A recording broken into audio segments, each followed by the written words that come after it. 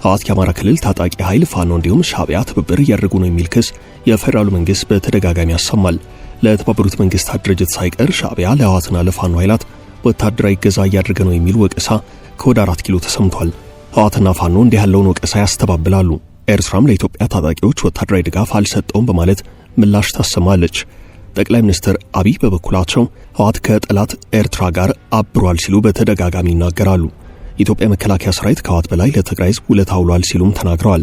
ከኤርትራ ጋር የኢትዮጵያ መንግስት የተጣላው እንዴት የትግራይ ክልልን ታወድማለህ በሚል ምክንያት ነው ሲሉ በዛሬው ውሏቸው ተናግረዋል። ህወሓት ከጠላትና ከባንዳ ጋር ማበሩ እጅግ ያሳዝናል ያሉት ጠቅላይ ሚኒስትር አብይ ሸኔ የሚኒሊክን ቤተ መንግስት ሳሳድስ አህዳውያን ሚኒሊክን የሚያመልክ እያሉ ይቅሱኝ ነበር፣ ሚኒሊክን ለማንገስ ነው የሚሰራው በማለት ወደ ትጥቅ ትግል ገብተዋል። ነገር ግን አሁን ከአማራ ኃይላት ጋር ዝምድና ፈጥረዋል። እንደዚህ አይነት ዝምድና ሸኔ ከፈጠረ መጀመሪያ ለምን እኛን ተቃወመ በማለት በህዝብ ተወካዮች ምክር ቤት ውስጥ ጥያቄ አንስተዋል። ጠቅላይ ሚኒስትር አብይ መከላከያ የትግራይን ህዝብ ከኤርትራ ጦር ለማዳን የከፈለው መስዋዕትነት ሲናገሩም እንዲህ ብለዋል። ጠቅላይ ሚኒስትር አብይ በዛሬው የህዝብ እንደራሴዎች ምክር ቤት ውሏቸው እንዲህ ሲሉ ተናገሩ።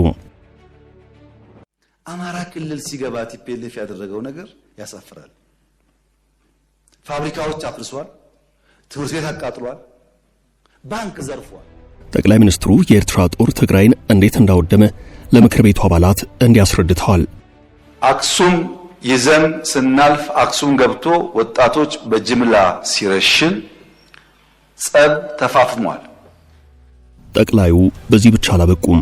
ንግግራቸውን ሲቀጥሉም እሱ ጋር ከአሁን በኋላ ከውቅሮ እናልፋለን ብትሉ ወያኔ ትተን ወደ እናንተ ነው የምንዞረው ውጊያው ብለን ውቅሮ ላይ የሚጠብቅ ፎርስ አስቀምጠን ነው መቀሌ የገባን። ጠቅላይ ሚኒስትር አብይ የኤርትራ ጦር የትግራይ ክልልን እንዳወደመ በይፋ አሳውቀዋል።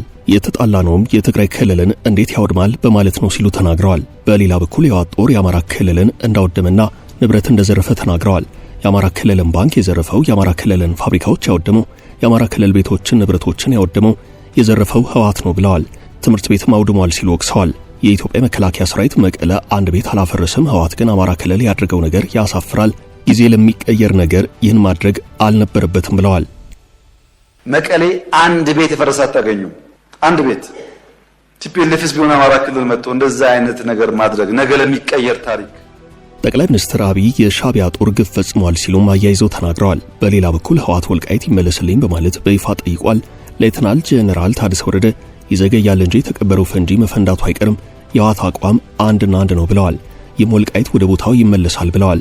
ህወሓት በመግለጫውም ወልቃይት መመለስ አለበት ብሏል። አንዳንድ ሰዎች በኢትዮጵያና ኤርትራ መካከል ችግር የተፈጠረው ኢትዮጵያ የባህር በር ጥያቄ በማንሳቷ ነው ይላሉ። ነገር ግን አይደለም። ጠቡ የጀመረው ብዙዎች እንደሚያስቡት የቀይ ባህር ጉዳይ ሲነሳ አይደለም። በትግራይ ውጊያ ሲጀመር የመጀመሪያው ዙር ሽረን ካስለቀቀም በኋላ የኤርትራ ጦር ከኋላ ሆኖ ሽረ ተከትሎ ገብቶ የግለሰቦችን ቤትና ፎቅ ማፍረስ ጀመረም። ያኔ ነው ጠቡ የጀመረው። በወቅቱ አልተናገርንም። አክሱምን ይዘን ስናልፍ አክሱም ገብቶ ወጣቶችን በጅምላ ሲረሽን ጠብ ተፋፍሟል። አድዋን ይዘን ስናልፍ አድዋ ፋብሪካዎችን ሲሰርቅና ሲፈታታ ጸብ ተጋግሏል። አዲግራት ደርሰን የመድኃኒት ፋብሪካውን የሚነቅለውን ነቅሎ የማይነቀለውን ሲያፈራርስ ጠቡ ጫፍ ደረሰም። ነገር ግን በዚያን ወቅት የኢትዮጵያ መንግስት በዚህም በዚያም የመዋጋት አቅም አልነበረውም። ይህ ሁሉ ሲደረግ በርካታ ኤንቮይ በወቅቱ ወደ ኤርትራ ልኬ ነበረም። ከላኳቸው መካከል ገሚሶቹ ከኔ ጋር የሉም። ለምሳሌ አቶ ገዱ አንዳርጋቸው 2 ጊዜያት ያህል ልኬያቸዋለሁ። የላኳቸው የትግራይን ህዝቤን አታጎሳቁሉ ብዬ ነው። አቶ ገዱ ህሊና አላቸው፣ ክብር አላቸው። እዛ ለምን ጉዳይ ሄደው ምን እንደመከሩ እርሳቸውም እኛም ሻዕቢያም ያውቃል ብለዋል። ጠቅላይ ሚኒስትር አብይ ህወሓት ለዓመታት ሲያደርግ እንደኖረው የተፈናቀሉ ዜጎችን ለፖለቲካ እየተጠቀመ ድጋፍ እንዳይደረግና ተፈናቃዮች ወደ ቀያቸው እንዳይመለሱ እንደሚሰራ ተናግረዋል። ይህንን ሁናቴ ለመፍታት በመንግስት በኩል ምን እየተሰራ ይገኛል በሚል ጥያቄ ቀርቦላቸው በትግራይ ክልል የህወሓት ክፋይ በሆነው የአዛውንቶች ቡድን ምክንያት በክልሉ ስርዓት አልበኝነት የግጭት ድባብ ዳግም እንዲያንዣብብ የትግራይ ህዝብም በውስብስብ ችግሮች ውስጥ ይገኛል፣ የትግራይ ክልል አሁናዊ ሰላም ሁናቴ ምን ላይ ይገኛል በሚል ተጠይቀዋል። ጠቅላዩ በወልቃይት ጉዳይ ሲናገሩ ስለ ወልቃይት መመለስ ይከብዳል ያሉ ሲሆን ወልቃይትን የአማራ ክልልም የትግራይ ክልልም የይገባኛል ጥያቄ የሚያነሱበት ነው። እኛ በወልቃይት ጉዳይ መልስ መስጠት አንችልም፣ ነገር ግን መመለስ የሚችለው ራሱ የወልቃይት ህዝብ ነው ብለዋል። እኔ በወልቃይት ጉዳይ መወሰን አልችልም፣ ችግሩ የሚፈታው በህዝብ ውሳኔ ነው ሲሉ አስረድተዋል። እኔ አልወስንም የወልቃይትን ጉዳይ፣ ተስፋ አደርጋለሁ እናንተ አትወስኑም። የሚወስነው የዛ አካባቢ ህዝብ ነው። በቅርቡ በትግራይና በፌደራሉ መንግስት መካከል ያለውን ግንኙነት እንዲሁም በጠለምት አካባቢዎች የተከሰተውን ግጭት በተመለከተ የትግራይ ኃይላት ዋና አዛዥ ሌተናል ጄኔራል ታደሰ ወረደ እጅግ ሰፊና ያልተጠበቀ መግለጫ ሰጥተዋል። ጀነራሉ በጸለምት በኩል ኃይል ማሻገራቸውን በይፋ አምነዋል። ስለ ድሮን ጥቃቱ፣ ስለ በረራ መቋረጥና የተቀበረ ፈንጅ ስላሉት ጉዳይ በዝርዝር አስረድተዋል። የጠለምት ውጊያና የድሮን ጥቃቱ ሚስጥር በሚመለከት ጀነራሉ ሲናገሩ የጦርነት ጅማሬ ምስል ነበር ብለዋል። በሌላ በኩል ህወሓት በራያ በኩል በከፈተው ጦርነት 60 ሺህ አካባቢ ህዝብ እንደተፈናቀለ የጀርመን ድምጽ ዘግቧል። ከሁለት ቀናት በፊት ሳይቀር በራያ ግንባር ውጊያ እንደነበር ተዘግቧል። የጥቃቱ መጀመሪያ የሀገር መከላከያ ሰራዊት በካልዋን በኩል በመግባት ከቀኑ 10 ሰዓት ጀምሮ በሶስት አቅጣጫ በመድፍ የታገዘ ጥቃት መክፈቱ ታውቋል። ጥቃቱ የተሰነዘረው ወደ ቢሶበራ አካባቢ ለጥቃት ሲንቀሳቀሱ በነበሩ የህወሓት ታጣቂዎች ላይ ነው። ሆኖም ህወሓት በራያ ግንባር ተኩስ ከፍቶ ህዝብ አፈናቅሏል የሚለው ወቀሳ ቢቀርብበትም ህወሓትን ምርጫዬ ሰላም ነው በማለት ለአፍሪካ ህብረት ደብዳቤ ጽፏል። የትግራይ ጊዜ አስተዳደር ጥር 24 ቀን 2018 ዓ.ም ባወጣው መግለጫ ደግሞ የፌደራሉ መንግስት የጠየቀው 3 ጉዳዮችን ነው። የመጀመሪያው ተቋርጦ የነበረው የአየር በረራ ዳግም እንዲጀምር ነው። ይህም በማግስቱ የኢትዮጵያ አየር መንገድ በረራ እንዲጀምር ሆኗል። የኢትዮጵያ አየር መንገድ ለ5 ተከታታይ ቀናት አቋርጦት የነበረውን ወደ ትግራይ ክልል የሚደረግ የመንገደኞች በረራ በዛሬው ዕለት መጀመሩን ብዙሃን መገናኛዎች ዘግበዋል። የተቀበረ ፈንጂ፣ የወሰንና የተፈናቃዮች ጉዳይ ሌተናል ጄኔራል ታደሰ ወረደ አሁን ያለውን ሁኔታ የተቀበረ ፈንጅ ሲሉ ገልጸውታል። በተለይ ተፈናቃዮች ጉዳይ የሉዓላዊ ወሰን ጥያቄ ካልተፈታ ነገሮች ሊፈነዱ እንደሚችሉ አስጠንቅቀዋል። የአማራ ክልላዊ መንግስት ፌደራሉን ወክሎ ምዕራብ ትግራይን ሞግዚት ሆኖ ያስተዳደረ ነው ያሉት ጄኔራሉ ይህ ሁኔታ በፕሪቶሪያው ስምምነት መሰረት ሊፈታ የሚገባው ነው ብለዋል። ተፈናቃዮችን በጎበኙበት ወቅት ይሰድቡኛል ብዬ ጠብቄ ነበር ያሉት ጄኔራሉ ሆኖም ግን ህዝቡ ጀርባይን እየመቱ መልሰን አሉኝ በማለት በከፍተኛ ስሜት ውስጥ ተውጠው ሁኔታውን አስታውሰዋል። በኢትዮጵያ አሜሪካ አምባሳደር ኤርቪን ማሲንጋ ጭምር ወደ ምዕራብ ትግራይ ጉብኝት ማድረጋቸውን ያስታወሱት ጄኔራሉ ተፈናቃዮች ወደ ቀያቸው አለመመለሳቸው ለትግራይ ዘላቂ መፍትሄ እንደማያመጣ አያይዘው ጠቁመዋል።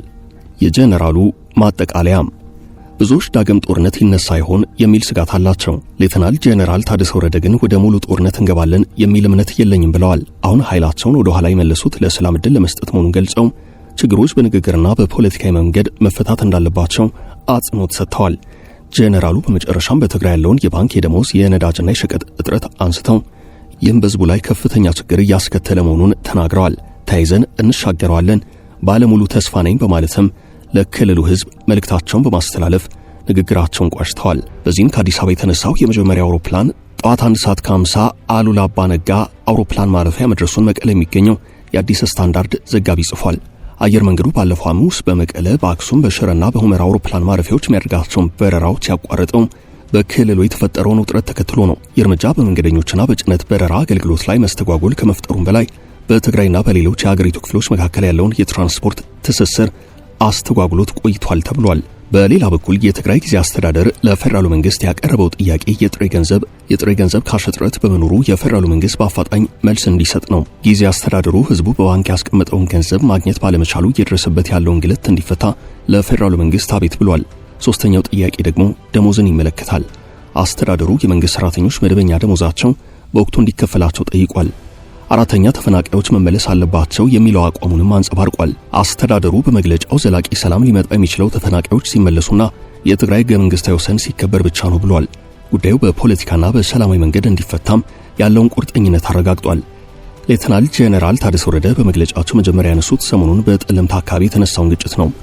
ጄኔራሉ በትግራይ በኩል በምስራቅና በምዕራብ ጠለምት ኃይል እንዲሻገር ተደርጓል። ይህም ከመከላከያ ሰራዊት ጋር በምን ምክንያት መጣችሁ በሚል ወደ ግጭት አምርቷል ብለዋል። በተለይ ማይዳ ጉሳ በተባለ ቦታ የነበረው የትግራይ ታጣቂ ቡድን ለተኩስ ዝግጁ ሳይሆን ጥቃት ተፈጽሞበታል። ይህም ወደ ከፋ ጦርነት ተቀይሮ ነበረ ብለዋል። በዚህ ሳቢያ በረራዎች ተቋርጠው እንደነበርና የድሮን ጥቃት ጭምር እንደተፈጸመ ተናግረዋል። አክል አድርገውም የድሮን ጥቃቱ በመጀመሪያ ለቅኝት ቢሆንም ኋላ ግን 2 የአይሱዙ መኪናዎችን እንደመታረጋግጠዋል። የሚገርመው ግን እነዚህ መኪኖች አንዱ ሸቀጣ ሸቀጥ፣ ሌላኛው ደግሞ የገበሬ ምርት የሆነውን ሙዝ ጭኖ ነበር ሲጓዝ የነበረው ብለዋል።